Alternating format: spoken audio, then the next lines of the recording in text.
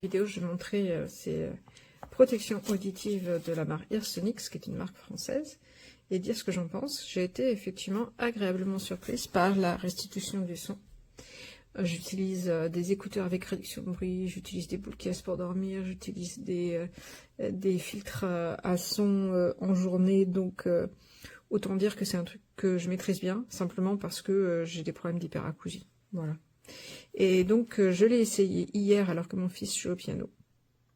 Et j'ai trouvé que le son du piano ressortait vraiment bien, il n'y avait pas trop de distorsion. Donc on a une petite boîte en plastique comme ça, un petit guide fait pour des gens qui ont des yeux qui voient très très bien de près, c'était horrible. Et voilà les petits écouteurs. Hop là, alors, je suis désolée, j'espère que j'ai pas trop de saleté dessus, je pense pas. Voilà le système. Donc on a ici des embouts en silicone hypoallergénique. Et ici, est-ce que je vais arriver à bien le montrer?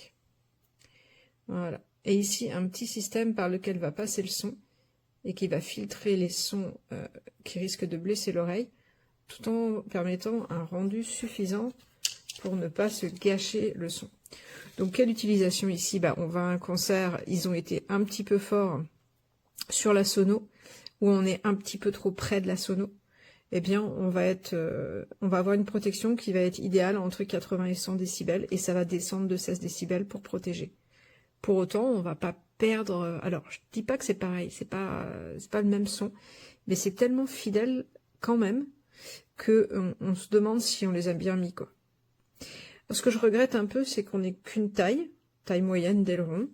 Donc ça, c'est un peu curieux, d'autant plus qu'ils disent, si ça ne convient pas avec la taille, essayez la taille en dessous. Je dis, je sais pas comment, puisque c'est pas fourni. Donc, bon. C'est le seul défaut, parce que pour le reste, c'est vraiment, vraiment pas mal. C'est plutôt discret, une fois qu'on les a dans les oreilles. Ça fait une petite tige transparente qui ressort. Je pense que les gens savent maintenant que les gens essaient de protéger leurs oreilles dans les concerts. Donc voilà. Si on est dans un environnement un peu sonore, mais qu'on veut continuer à bien entendre le son, c'est plutôt pas mal. Voilà, mieux que ce que j'ai dans les oreilles en ce moment, en tout cas. Et je suis plutôt agréablement surprise par leur efficacité. Rien à redire là-dessus.